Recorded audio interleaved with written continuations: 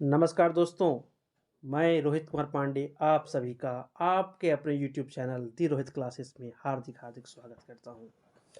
दोस्तों, पिछले 2 वीडियो में हम सभी मध्यकाल में झारखंड के बारे में देख चुके हैं और आज तीसरे वीडियो और अंतिम वीडियो में शाहजहां और उससे आगे देखेंगे। उससे पहले आप सभी से रिक्वेस्ट है कि अगर आपने अभी तक इस चैनल को सब्सक्राइब नहीं किया है तो प्लीज़ सब्सक्राइब कर लें और आइए आज का वीडियो शुरू करते हैं। तो आइए मध्यकाल में झारखंड पार्ट 3 देखते हैं।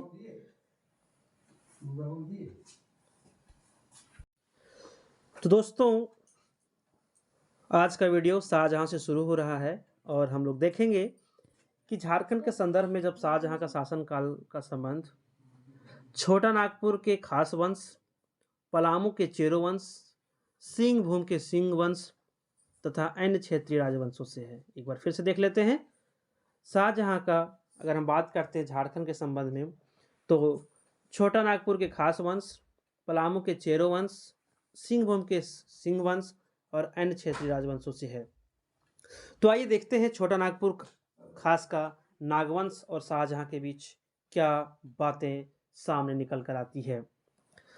तो जब जहांगीर की बंदी से मुक्त होकर दुर्जन साल 1627 ईस्वी में अपनी राजधानी कोकरा आया तथा 1640 ईस्वी तक यहाँ शासन किया। यानी कि जब जहांगीर की बंदी से मुक्त हो गया दुर्जन साल 1627 में तो अपनी राजधानी कोकरा आया और 1640 ईस्वी तक यहाँ शासन किया था।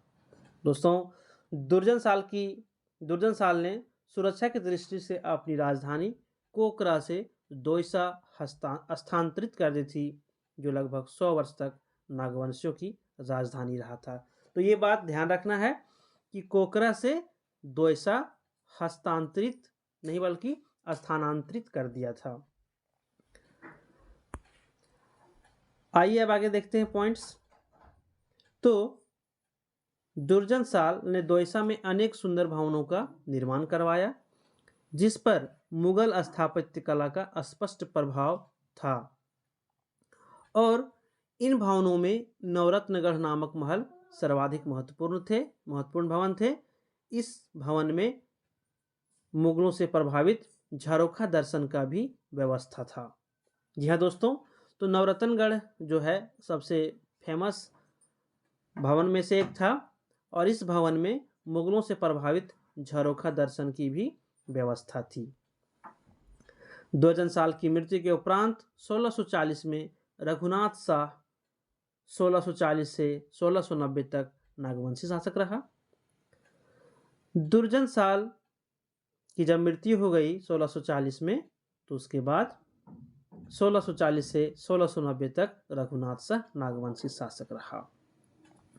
रघुनाथ शाह के शासनकाल में खानजादा, मुगल सैन्य अधिकारी को उस समय खानजादा कहते थे, ने आक्रमण किया, जिसके परिणाम स्वरूप रघुनाथ शाह ने मुगल बादशाह को मालगुजारी देना स्वीकार कर लिया और संधि कर ली थी। तो दोस्तों, ये था छोटा नागपुर खास का नागवंश। आइए अब देखते हैं पलामू के चेरो वंश। तो दोस्तों, सबसे पहले तो ध्यान रखना है कि पलामू में कौन वंश थे, तो वहां पर चेरो वंश थे। तो शाहजहां के शासनकाल के समय पलामू का शासक प्रताप राय सहबल राय का उत्तराधिकारी था। यह अत्यंत शक्तिशाली एवं समृद्ध शासक था। दोस्तों, 1632 ईस्वी में बिहार के मुगल सूबेदार अब्दुल्ला खान ने पलामू क्षेत्र की मालगुजारी को 1,36,000 रुपये कर दिया, जिसे देने हेतु प्रताप राय ने लोगों से अधिकाधिक धन वसूलने का प्रयास किया था। मुगलों द्वारा मालगुजारी की राशि निरंतर बढ़ाया जाता रहा, जिसके परिणाम स्वरूप प्रताप राय ने कर देना ही बंद कर दिया। दोस्तों, कहा भी जाता है कि किसी को उतना ही निचोड़ें जितना कि उससे रस निकल सके। जब उससे परेशान हो गया प्रताप राय तो उसने कर देना ही बंद कर दिया। शाहजहां ने शाइस्ता खां को बिहार का नया सूबेदार नियुक्त किया तथा पलामू पर अधिकार करने का आदेश दिया। शाइस्ता खान ने 1641 में पलामू के चेरो राज्य पर आक्रमण किया और प्रताप राय ने इस आक्रमण के बाद शाइस्ता खां से संधि करते हुए 80,000 रुपये देना व पटना में हाजिरी लगाना स्वीकार किया। तो दोस्तों ध्यान देंगे, ये स्टार क्वेश्चन है कि प्रताप राय ने शाइस्ता खां से कितने रुपए में कर देने के लिए तैयार हो गया था। तो ये 80,000। और कहाँ हाजिरी लगाना शुरू किया, तो पटना में हाजिरी लगाना शुरू कर दिया। 80,000 रुपये प्राप्त करके शाइस्ता खां 1642 में पटना लौट आया, यानी जब उसका काम हो गया तो वापस लौट आया। दोस्तों 1642 में प्रताप राय ने मुगल शासक को वार्षिक मालगुजारी नहीं दिया था। 1643 ईस्वी में शाहजहां ने इतिकाद खां को बिहार का सूबेदार नियुक्त किया तथा पलामू के शासक के विरुद्ध कार्रवाई करने का आदेश दिया। दोस्तों आप सबों से रिक्वेस्ट है कि यदि अभी तक आपने हमारा चैनल सब्सक्राइब नहीं किया तो प्लीज़ सब्सक्राइब कर लें। और एक कमेंट परसों की वीडियो में आया था कि वीडियो बनाना बच्चों का काम है। दोस्तों ज़रूर बच्चों का काम है वीडियो बनाना। उसने ये भी कहा था कि मैं वीडियो में सिर्फ देखकर पढ़ दे रहा हूँ। बिल्कुल मैं पढ़ रहा हूँ देख के। तो दोस्तों पढ़ना और पढ़ के समझाना दोनों अलग अलग बातें होती है। अगर आप सबों को मेरा वीडियो पसंद आ रहा हो तो कमेंट बॉक्स में प्लीज़ आप अपना मैसेज, अपना गुड विशेस जरूर देंगे। तो आइए आगे देखते हैं। इतिकाद खान ने जबरदस्त खां को पलामू पर आक्रमण करने हेतु भेजा, परंतु मुगलों की सेना को पलामू की ओर आता देख प्रताप राय ने संधि हेतु एक प्रस्ताव भेजा। इस प्रस्ताव में प्रताप राय ने 1 लाख रुपए व 1 हाथी देने के अतिरिक्त 7 पटना चलने की स्वीकृति प्रदान की। दोस्तों यहाँ पर जो बात हो रही है उसे समझना इस तरह से है कि 1 लाख रुपए और 1 हाथी देना उसने स्वीकार कर लिया जब देखा कि हमारी ओर मुगल की सेना आ रही है। क्योंकि जब युद्ध होता है तो उससे जान और माल दोनों की क्षति होती है, तो उससे बचने के लिए प्रताप राय ने 1 लाख रुपए व 1 हाथी देने के अतिरिक्त पटना चलने की स्वीकृति प्रदान की थी। इतिकाद खां की सिफारिश पर 1644 में शाहजहां ने प्रताप राय को 1,000 का मनसब प्रदान किया तथा पलामू को उसी के अधिकार में देते हुए 1 करोड़ रुपए की सालाना मालगुजारी तय कर दी कि ठीक है अब आप ही रहिए राजा, और 1,000 मनसब प्रदान कर दिया गया और साथ ही साथ साल भर के सालाना 1 करोड़ मालगुजारी तय कर दी कि आपको वसूल करके या जैसे देना है लेकिन आपको देना है। तो पलामू पर आक्रमण कर प्रताप राय को संधि हेतु विवश करने वाले जबरदस्त खां को 2,000 मनसबदार नियुक्त किया गया, क्योंकि दोस्तों जबरदस्त खां ने ही प्रताप राय को संधि हेतु विवश किया था।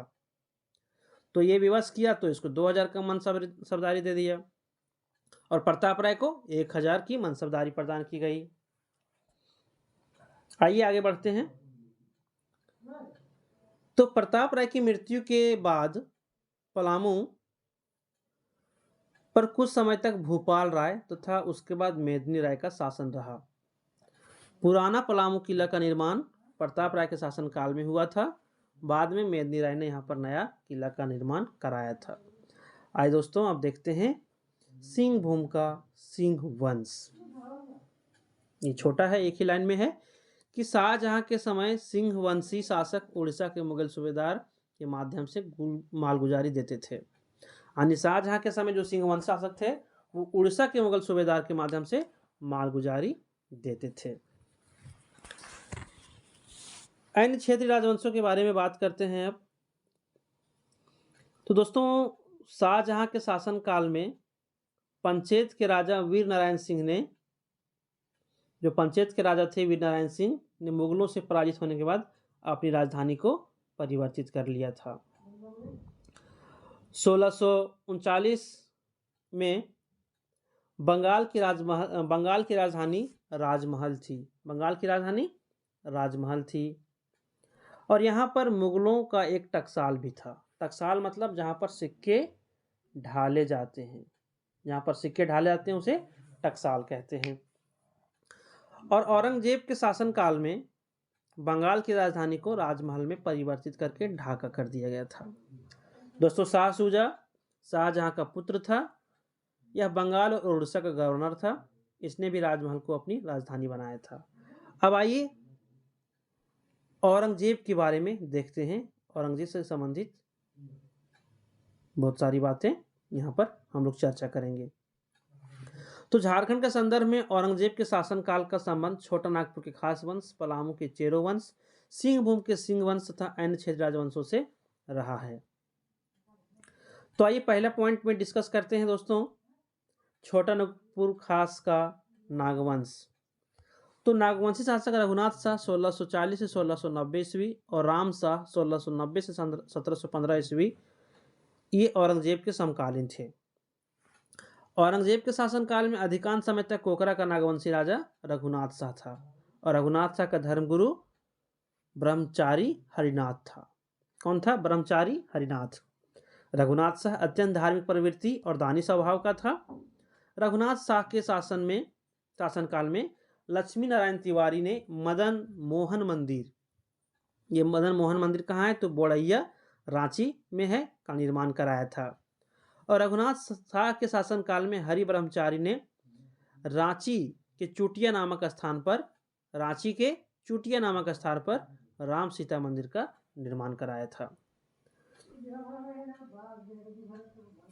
दोस्तों, फ्रांसीसी यात्री टेवर्नियर के अनुसार, ध्यान रखिएगा, फ्रांसीसी यात्री कौन है?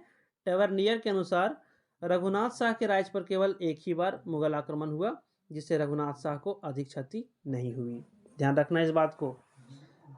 औरंगजेब के शासनकाल में ही पलामू के चेरोवंशी राजा मेदिनी राय ने रघुनाथ शाह की राजधानी दोयसा पर आक्रमण कर व्यापक लूटपाट किया, यानी बहुत ज्यादा लूटपाट किया। और इस लूटपाट में मेदिनी राय को पत्थर का एक विशाल फाटक प्राप्त हुआ। दोस्तों, पत्थर का एक विशाल फाटक प्राप्त हुआ और मेदिनी राय ने पलामू के पुराने किले के समीप एक पहाड़ पर नया किला का निर्माण कराया तथा इसमें दोयसा से प्राप्त पत्थर का विशाल फाटक लगवाया और इस फाटक का नाम था नागपुर दरवाजा। यानी इस फाटक को क्या कहा गया? नागपुर का दरवाजा कहा जाता है। और रघुनाथ शाह के बाद राम शाह नागवंश का शासक बना, जिसका मुगल बादशाह औरंगजेब के साथ सौहार्दपूर्ण संबंध था। आगे बढ़ते हैं। तो 1692 ईस्वी में राम शाह ने औरंगजेब को 9,705 रुपए मालगुजारी के रूप में प्रदान किया था। राम शाह ने पलामू, रीवा एवं सिंहभूम राज्यों पर आक्रमण किया था और इसने रीवा व सिंहभूम के साथ वैवाहिक संबंध भी स्थापित किया था। राम शाह ने अपने पुत्र ऐनी शाह का विवाह रीवा नरेश की पुत्री से किया तथा अपनी 2 बहनों का विवाह सिंहभूम के राजा जगन्नाथ सिंह के साथ किया था। तो दोस्तों, अभी हमने देखा अन्य क्षेत्र राजवंशों में शाह शुजा के बारे में, छोटा नागपुर खान्स के बारे में, औरंगजेब के बारे में देख रहे हैं, पलामू का चेरो वंश देख रहे हैं और उसी में आगे बढ़ते हुए अब देखते हैं पलामू के चेरो वंश। तो दोस्तों, औरंगजेब के शासन के समय, यानी कि औरंगजेब के शासन के प्रारंभिक काल में पलामू में चेरो राजा मेदिनी राय का शासन था। मेदिनी राय 1658 से 74 ईस्वी तक सर्वाधिक शक्तिशाली चेरोवंशी शासक था। मेदिनी राय ने मुगलों की अधीनता स्वीकार करने तथा उन्हें कर देने से मना कर दिया था। इसके साथ ही वह सीमावर्ती मुगल राज्यों पर आक्रमण कर लूटपाट भी करता था। दोस्तों, औरंगजेब ने अपने सूबेदार दाऊद खां को 1660 ईस्वी में पलामू पर आक्रमण करने वह मेदिनी राय से कर वसूलने हेतु भेजा। 22 अप्रैल माफ करेंगे 23 अप्रैल 23 अप्रैल 1660 ईस्वी को दाऊद खां पटना से चला तथा सबसे पहले दाऊद खां ने 5 मई 1660 को कोठी के किले तथा इसके बाद 3 जून 1660 को कुंडा के किले पर अधिकार कर लिया। कुंडा के शासक चुनराय ने पराजित होने के बाद इस्लाम धर्म स्वीकार कर लिया। इससे नाराज होकर मेदिनी राय के कहने पर सुरवर राय चुनराय के भाई ने यानी चुनर भाई के थे चुनराय के भाई थे ने चुनराय की हत्या कर दी। 25 अक्टूबर 1660 को दाऊद खां चिरोराज की राजधानी की ओर आक्रमण करने हेतु बढ़ा तथा 3 नवंबर 1660 को तरहसी पहुंचा। मेदिनी राय ने अपने मंत्री सूरत सिंह के माध्यम से तरहसी पहुंचे दाऊद खां को संधि का प्रस्ताव भेजा। दाऊद खां ने संधि के इस प्रस्ताव की सूचना औरंगजेब को भेजी तथा बादशाह का उत्तर आने तक युद्ध विराम की घोषणा कर दी। इसी बीच पलामू के राजा के कुछ लोगों ने मुगलों के एक काफिले को लूट लिया। इससे नाराज होकर दाऊद खां पलामू पर आक्रमण करने हेतु राजधानी तक आ गया। मेदिनी राय युद्ध की तैयारी करने लगा। इसी दौरान औरंगजेब ने मेदिनी राय को इस्लाम धर्म स्वीकारने और एक निश्चित कर देने हेतु प्रस्ताव भेजा। इसे स्वीकार करने पर मेदिनी राय को उसके पद पर बने रहने देने का प्रस्ताव भी था। मेदिनी राय ने औरंगजेब का यह प्रस्ताव ठुकरा दिया तथा युद्ध की घोषणा कर दी। दोस्तों ध्यान रखना है कि इसके बाद औरंगा नदी के तट पर स्थित नए किले औरंगा नदी जो है उसके तट पर स्थित नए किले के समीप मुगलों की सेना तथा मेदिनी राय के बीच युद्ध हो गया। इसमें अंग्रेजों की सेना भारी पड़ी तथा मेदिनी राय की सेना कमजोर पड़ने लगी।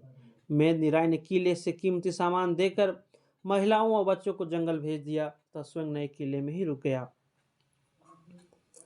मुगल सेना द्वारा नए किले पर आक्रमण करने के बाद मेदिनी राय भी जंगल की ओर भाग गया। बाद में मेदिनी राय ने सरगुजा में शरण ली थी। इस प्रकार पुराने व नए किले सहित चिरोराज पर मुगलों ने अधिकार कर लिया। कुछ समय बाद साहसी चेरों ने पुनः देवगन के किले पर के पास मुगलों से युद्ध किया, परंतु दाऊद खां के एक सेनापति शेख सफी ने उन्हें पराजित कर इस किले पर भी कब्जा कर लिया। दोस्तों आगे देखते हैं। दाऊद खां ने पलामू पर विजय प्राप्त कर के यहाँ प्रशासनिक व्यवस्था स्थापित करके मनकली खां को यहाँ का फौजदार नियुक्त किया तथा स्वयं पटना लौट गया।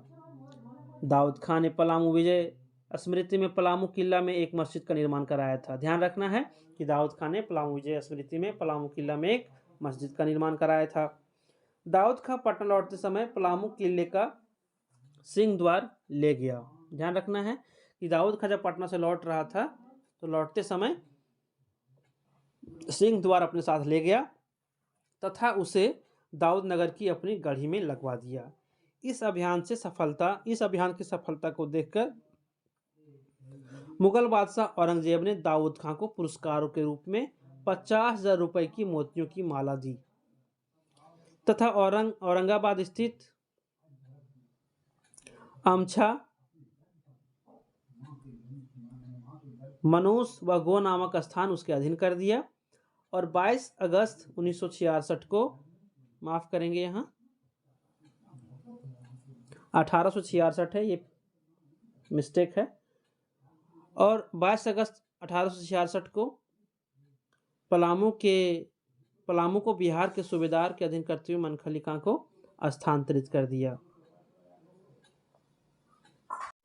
हाँ दोस्तों, यहाँ पर अभी मिस्टेक एक फाइंड हुआ है कि 1966 नहीं 1666 होगा। तो बिहार के सूबेदार के अधीन करते हुए मनखली खां को स्थानांतरित कर दिया गया।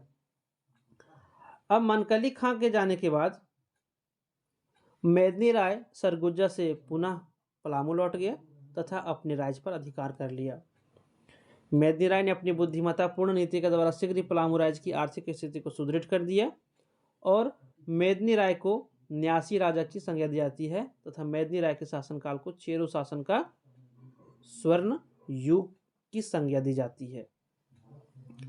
1674 में मेदिनी राय की मृत्यु हो गई, जिसके बाद पलामू पर क्रमशः रुद्र राय 1674 से 80 ईस्वी, दिक्पाल राय 1680 से 1697 ईस्वी एवं साहेब राय 1697 ईस्वी से 1716 ईस्वी तक शासन रहा।